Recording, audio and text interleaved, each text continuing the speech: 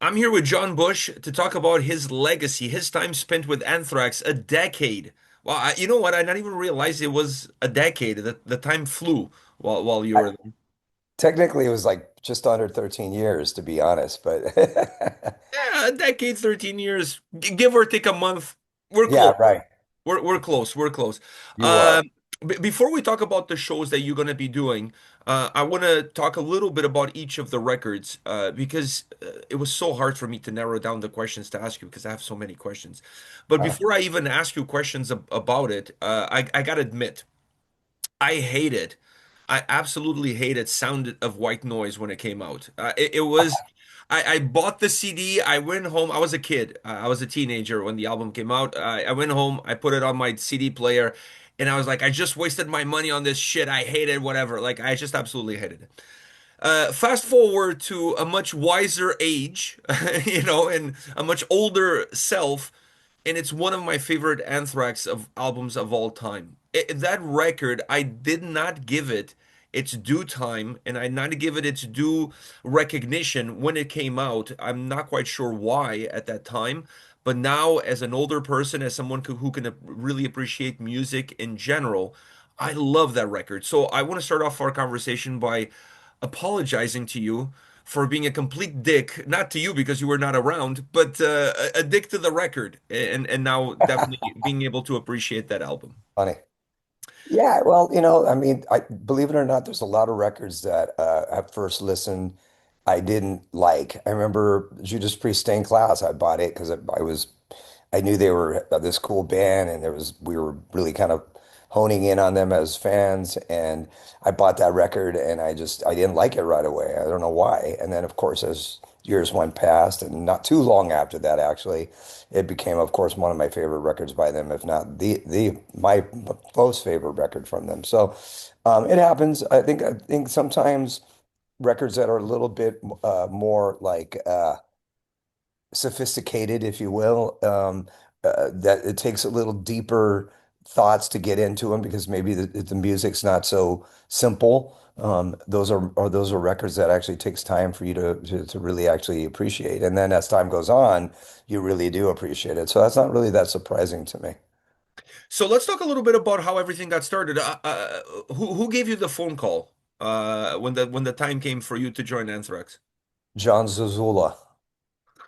That's a John good phone call Zazula. to get. Well, and the funny thing is, John Zazula called me about 10 years before that to talk to me about Metallica. So when I came home from my day job in, what was it? Let me think back, 1992. Um, I was a messenger, which I actually liked that job a lot because I would drive around in my car and write songs. As a matter of fact, a lot of the songs that were the Symbol of Salvation Armored Saint record came from me driving in my car, being a messenger and writing those songs in between delivering packages. So I actually enjoyed that job. But I came home from that job and I had a message on my answering machine, of course, back then. So I played it and this is John is Zazula's assistant. Can you please call us back? We have something to talk to you about. And I was like, what? That's weird and random. And I knew that Joey Belladonna and the band had just parted ways. So I was like, ah, okay. So then I called and probably the next day, because it was past New York time at that time in the business day, and I called and lo and behold, he goes, you know what? I have another offer for you 10 years later. And we were laughing about it because it really was almost like 10 years, maybe even to the month, which is pretty funny. And this time it was Anthrax, so it's kind of funny. Was it an easy decision for you? No, not an easy decision because the weird loyalty with Armored Saint is like it's like a sick loyalty almost. Actually, it's very deep, and we go back way a long time. We've known each other since we were little kids. Actually, Gonzo Phil, Joey, and I met each other when we were about 9 years old, and so now we're still a band, of course, and making we have a new record coming out next year as well, and we've been together off and on over 40 years, and we've been friends over 50 years. So it's insane. Like we just known each other a long, long time. So it wasn't easy because I felt like I was abandoning my buds, and and it was a difficult decision to make and a tough time, but after thinking about it and talking to some friends and people going, dude, you have to really reconsider this. You really do. And I was like, yeah, I know, you're right. So, and once we listened to more material, because they gave me some songs. I think Only was one of the first songs I heard actually that they gave me, and I was like, wow, this is really different sounding. It really Yeah. sounds. It doesn't sound like a typical metal song. It really doesn't. And so it really was inspiring to hear some of the stuff that they were writing that eventually would become Sound of White Noise. It just was really another level, and it was different than the average metal that was being heard at that time. So I had to take notice. And I think for me, maybe that's why I had a hard time with the record because Sound of the White Noise doesn't of White Noise doesn't doesn't sound like Persistence of Time, doesn't sound like Among the Living, doesn't sound like anything that Anthrax had done up until that point. I think it was ahead of its time when I It look back was. now at how that album sounds, man. That album really was way ahead of its time. I think it was actually, and I think that's even as the 90s went on, it became more and more something that people could say, wow, this sounds like a 90s record. And you know, look, the 80s are always going to be that decade that everyone, really associates with, the thrash metal scene. I mean, the hair metal scene. It was the 80s, and there's some huge records and heavy metal was just blowing up. And so we're always going to feel like this connection and loyalty to the 80s, and I love it and I get it. Armored Saint started in the 80s as well. So and Anthrax was the heyday, but it was the 90s and it was a different time and things were changing and you had to embrace it or you would be kind of feeling dated. So I'm not saying that we were trying to emulate the artists that were making music then, but we were taking notice of Soundgarden and Alice in Chains and Faith No More and you name it. There was a lot of amazing bands that were making killer music there, and it was fun and exciting to listen to. So, I think subliminally it probably had an influence on us. I mean, we weren't certainly listening, going, let's sound like that. But when you get a new singer in a band, you kind of have to embrace this new direction a little bit. And I remember back then we still were struggling, especially the guys were struggling to say it's Anthrax, it's Anthrax, because people would question like this doesn't really sound like Anthrax, but musically, of course it does, but it's a different voice, and I get it all because I feel the same way about singer changes that I had to deal with as a fan, listening to when Ronnie came into Sabbath, and Brian Johnson, and you name it, Sammy Hagar or whatever. So it is something your brain and your ears have to adjust to. You mentioned the guys showed you only. How much was your input on that record coming in? Did they had almost all the material done? How was that process for you? There was probably about 5 or 6 songs done musically. I think there was a few ideas vocally, a few ideas lyrically. But I did definitely came in and contributed. I wanted to. It was important to me because I wrote all the lyrics in the Armored Saint and music and I mean the melodies and stuff. So I didn't want to come in and just, be told what to sing because that wouldn't be fun for me. So and they wanted that. They were ready for me to come and contribute. And so I did. I had to fill my way and I certainly wasn't like taking over, but at the same time, I was like, oh, I have an idea for that, and oh, I have an idea for that, and we kind of just worked collectively, and it was very efficient.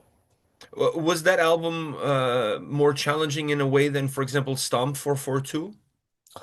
No, I don't think so. I think the songs were kind of being written, and then they sounded killer, and we knew we had something that was just kind of forward thinking, and I was just running with it like everybody was. So I don't think it was challenging at all, and I think we were feeling pretty good about what we're coming up with. How did you feel going into the second record? Now you have a record under your belt. You know the guys better. You played shows together. It's a completely different vibe. You no longer, well, technically you're still the new guy, but you're no longer the new guy because you have some mileage now under your tires. How was that second follow-up record? Well, that one was felt different. A lot of changes in the record company. Dan Spitz left the band. We didn't really technically replace him, so that was kind of a little unusual because we were like the four of us. Although Danny was slightly checked out on the Sound of White Noise process as well. Well, not totally checked out. I don't want to say that. But by the time we were starting writing for Stomp, he started kind of checking out a little bit. So I think that we still felt like we were writing some really cool songs that eventually became great tunes like Fueled and Random Acts and King Size and to name a couple there. But it was feeling different. Like I said, a lot of changes in the record company. The head of the label left. The person that eventually, the person that signed the band was let go, which was always that's very concerning when the person who signed your record deal is fired. So that was not a really a positive feeling right there. But we still thought we had some great music, and we just kind of trudged on, and we still had this kind of new record company that we were trying to work with and kind of convince that, we were this amazing band. And Sound of White Noise was a really successful record. It followed all the previous records and being a gold album. Wow. And when it came to your impact in the band, did it grow with every single record that you worked on from that first debut album with them? It was. I never felt any time in Anthrax that I wasn't a part of the band and contributing and stuff. There's some times it was just some struggles, not necessarily with me, but just internally to get to the end result sometimes musically and writing wise. It can be a little challenging, and there were some challenging times in Anthrax, trying to make sure everybody was happy and. Um, that it's a slightly unusual style because Charlie is, the drummer, but he's the guy who writes the majority of the music. Um, and then Scott was the guy who wrote all the lyrics and vocal melodies were contributed by a lot of guys, including Frankie Bello. And I think it's to this day, he still comes with a lot of vocal melodies and new music for them. But, it wasn't like player singer writing all the tunes, which is like your kind of standard hard rock, heavy metal bands, approach. But you know, it there was some times that like I said, we had to keep calm and make sure that everybody was, not lose their mind in the process of writing. But the end result was always a great record. When you look back at the time that you've spent there, what major lessons did you take away from that experience and perhaps even helped you now with Armor Saint and in your own personal life?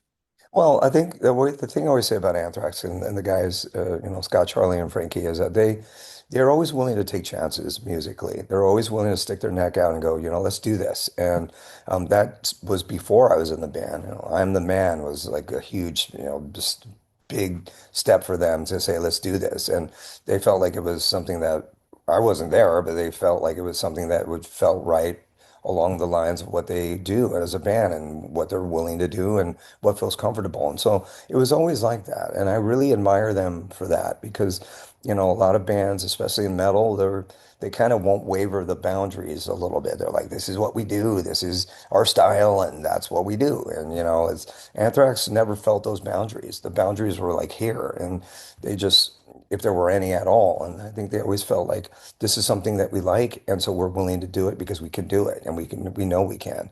And I really always admire that of that before I was in the band, after I left the band. So, because they're really talented guys, so they can do different things, and they feel like they listen to lots of music, and they feel like anything is within, the parameters of being able to do it. So, like I said, that's probably the one thing I admire most about those guys. Plus, they're great musicians, they're amazing musicians, and you know, they just are always pushing themselves as an artist, and I love that. It was really interesting for me when I got the press release about the shows that you were doing celebrating the albums that you had with Anthrax. I was a little bit surprised by it because in the mind of the fan, there's always this sense of bitterness that someone would have when they leave a band or whatever. So I was like, wow, like this is really cool because it's songs that we don't get to hear and it's great records. Like we just said, Sound of White Noise, that album was way ahead of its time, and we don't hear that shit live. So I was really taken back by it. When you look back at this idea to take these songs now live, what was the main driving force? Is it a little bit nostalgia?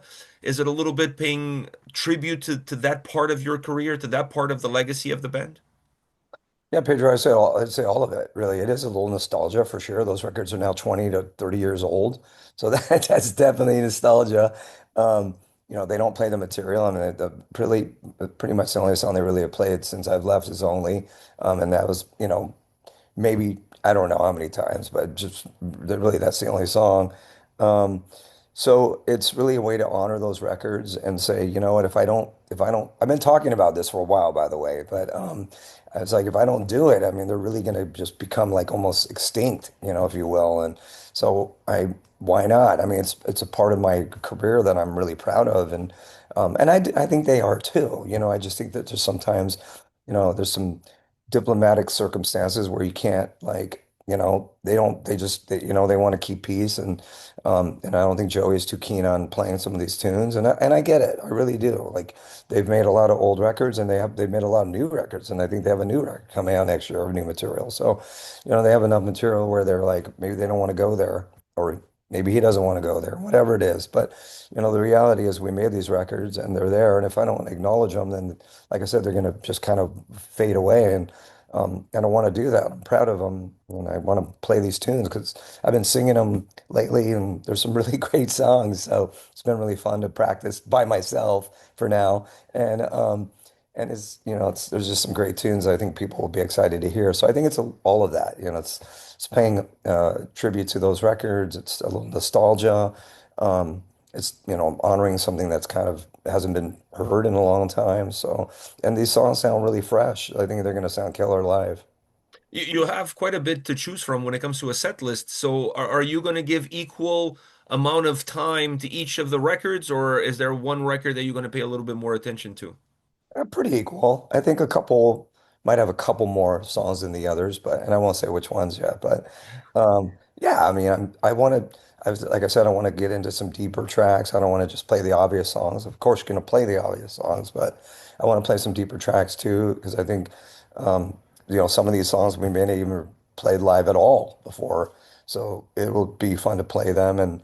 Um, Sound of White Noise is the one that probably gets the most because it's the most popular, quite frankly. But We've Come For You All was a big record and kind of resurrected the band at that time. And there's some great tunes on that album as well. And I love Stompin' Volume 8 as well. Yeah, yeah, we come for you all. That album, I really feel was a jolt to the heart as far as Anthrax is concerned, and I don't think it gets a lot of praise for what it did for the band at that specific time period. The question needs to be asked: why only three shows? Why are you testing the waters? Is this one of those weather balloons that people send up to find out if there's a storm coming? That's a perfect analogy. Let's do that. Yeah, pretty much. I mean, myself and my agent Dan DeVito, we've been talking about this for a few years now. I mean, he's been talking about it for like longer than that, and I just finally had the balls to say, okay, let's go. And um, it I don't want to bite off more than I can chew for now. Plus, I'm busy with Armored Saint. Like I said, we've been recording, we've been touring a lot the last couple of years. We're going back out on tour. Where we have a new record coming out next year or so, and we're going to tour more. So, I'm finding the time to do it, quite frankly. But yeah, I think that's the idea is kind of testing the waters. I mean, we did have some dates in Europe that we had planned for the summer, and I had to actually pull out of them, which is disappointing. But we had a bunch of festivals and with this Anthrax thing, John Bush, and it didn't happen. But there's a lot of interest there, and I think that it's something I could do. It doesn't necessarily have to be right now. Because I mean, again, it's I'm playing old songs, so I don't think there's a certain urgency to it, other than my age, quite frankly, because I just turned 62, so this shit ain't easy. You But look good for 62, man. like I hope I look as good as you when I turn 62. we look alike right here. But it's yeah, it's just from that standpoint, there's a slight urgency of like it's hard and it's singing old songs and they take a lot of energy I feel great, but it's still not something that's just a walk of the park. So from that standpoint, yeah. But yeah, I think that's the idea was to let's just West Coast, Midwest, East Coast, and see what happens, and we'll go from there. Yeah, I have a feeling the shows are going to do super well, and you're going to take this on the road for a little bit of a deeper run. I know you're busy with Armored Saint. I saw you guys in Toronto the last time you guys were touring here. That was fun. Yeah, Yeah, you guys did an amazing job. Like the venue is amazing, history is amazing, great and show. Yeah. it was a great show. You guys were phenomenal. Actually, I just came in to see you guys, and then I kind of bounced afterwards. But yeah, so I know you guys are busy and doing a lot of stuff, but I really hope that these shows are successful enough to entice you to do a little bit more. And you're taking Category 7 on the road. Are they playing some songs before with you as well? Because you're in the band. Yeah. Yeah, we're gonna do a few songs. We're gonna play like five or so songs, 5 or 6 songs, and then I'm gonna come back out and do the Anthrax stuff. So it's gonna be some double duty action. So it's a little daunting, but it's gonna be fun. And that record's a great album. I'm really proud of it. I think it's unfortunately it didn't kind of get the awareness that a lot of people. Well, I got a lot of awareness actually. I mean, James Hetfield talked about it, so you can't get much bigger than that. But we just didn't do a lot of dates, and this is a chance for our Category 7 to play St. Charles and New York, which where Mike Orlando is from. So it'll be really cool. We played LA, but yeah, so it was an idea to kind of put these things together. And like I've told people, if I was putting a band together from scratch, I would reach out to those guys because they're incredible musicians, and then I know they'll play this stuff really well. So it's gonna be fun. Here you are complaining about your age, and now you're doing double duties on shows. Yeah, I know. I always do these things, and then I'm like stress myself out. But it just was the logical choice to do, and I'm just working really hard and doing a lot of prep for it. And it's 3 shows. Come on, Yeah, it's not the end of and there's a little bit of gap in between, so it's not like you're doing it's not like you're doing a 6 month or I should say a 6 week tour run. So yeah, right? but I just thought that was funny. Like, oh, I I'm know. getting old, but meanwhile I'm gonna do double duties. So, I know. and It kind of goes against the logic, but that's me. That's not surprising. And let me say, I would love to come to places like Toronto, Montreal, Vancouver, and the Canadian audiences are amazing, always have been, and it'd be amazing to get up there and playing Montreal and Toronto is just always like just it's going to be a great show, and Quebec City as well. And we had great shows there with Wasp that were awesome. So, and we played Calgary for the first time. So I mean, Canada is just awesome. It's such a great crowd. yeah, you guys definitely have a huge following here. I can tell you that much. Uh, From seeing every time you guys have played in Toronto, you always have a huge crowd coming out to the shows and really supporting, buying merch and uh, rabid fans. You guys have a huge fan base in Canada. That is for well, sure. well, So I was a Canadians little love metal. disappointed when you guys didn't have a Toronto date or a Montreal. I would have gone to Montreal to see you do this show. Yeah, well, like I said, I mean, it's not like it's limited to this. I mean, there's a lot of things can be done. So, this is just maybe the beginning of it. Like I said, a weather balloon. It's There basically you go. I like that. That's it's a great. weather it's a weather balloon. That's Uh, great. when you look at what you're putting together for this, and maybe this will gave you a chance to also look back at the time that you spent on these records, making these songs. Where do you see your place and the legacy of Anthrax? To be honest, because I don't really think about that at all, period, in my own music career. Like, and now it's been a long time, 4 decades of making music. So I mean, there's a lot of history there. I'm proud of the things I've done. And I love all the records I've made. Some are a little better than other, in my opinion, but I really feel like there's some great tunes throughout the history of me making music. So I do the best I can, and I really just kind of let it go once the record comes out and let fans kind of decide what they love and what they don't like, and because they'll tell you.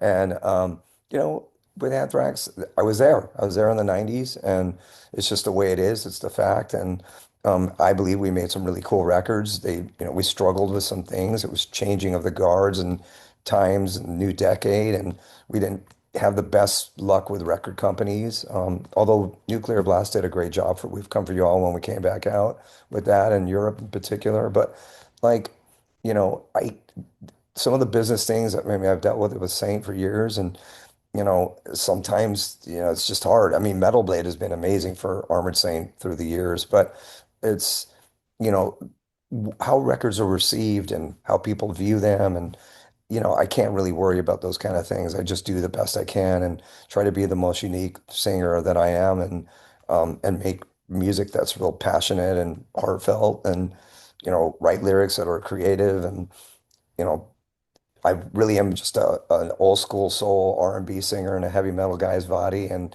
that's just my style, and I feel like it's it's kind of unique to the sound of the scene, and that's what I kind of put all my eggs in, and what people how they feel and they view records, I think that as long as it's sincere, people will dig it. They may not dig it right away, but it's music, and it's something you can go back and, like you said about Sound of White Noise, you can go back 10 years, you can go 1 year, you can go back 50, 100 years once I'm dead, and go, man, this is a really cool record, and I'm kind of banking on that. So. Yeah, I'm definitely one of those people. And look at this. You've done pretty good for yourself, man. You no longer have to deliver packages. Well, I do. I still work with my wife in her job, and to clean the toilets, man. It keeps me humble. It's just like whatever. I'll do whatever I got to do. That's just my style.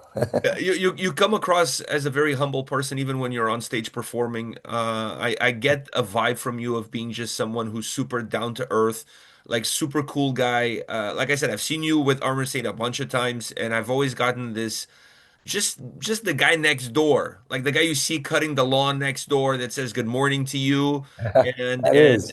you know what I mean? Like so I got that vibe from you, and I think that gives a different dimension to the music when you're listening to, because you're not listening to music coming from someone who's like on a pedestal. You're listening to somebody who you can personally relate to, and I think that's really important in art, but in music for sure. I appreciate that, man. That's very nice. And I'm a blue collar guy. That's always what I'm going to be. And I just kind of grew up, and the guys in St. I grew up in like the barrio in LA, and we've never really kind of I mean, we never really had that much success, so we never really had that much money. So we've always done it for the reason of just for the love of the music. I'm a nice guy. I can be a dick too at times. Don't get me wrong. I mean, there's been moments. Trust me, people who know me know, but it's pretty rare. I'm a nice guy, and it's probably why I'm not so successful. You know what they say, nice guys finish last. So Exactly. so you have that going on for you. Yeah, John, man, great. thank you very much for your time. If I told, you're not going to believe this, but if I told my 12-year-old self when I bought that Anthrax album that one day I was going to be talking to you, I would be like, "Man, you're smoking way too much weed, dude. You're smoking way too much weed. You need to calm down on that shit." So That's hilarious. this for me was an absolute dream come true, like bucket list kind of shit. So thank you very much for taking time to chat to me with me about your shows, your live shows that are coming up, celebrating your time with Anthrax. Thank you very much. Thanks for making it happen on a Sunday morning. I appreciate it, dude. Thanks. And I was willing to do it almost at any time. I say almost because I promised my wife I would take her to Costco this afternoon. So that's why Hey, I'm saying almost. priorities. Yeah. Yeah. Priorities. Take care, Nice. man. All the best. All right, Enjoy the brother. rest of your Thank Sunday. you very much. Have a good day. You too. Bye bye. Bye bye.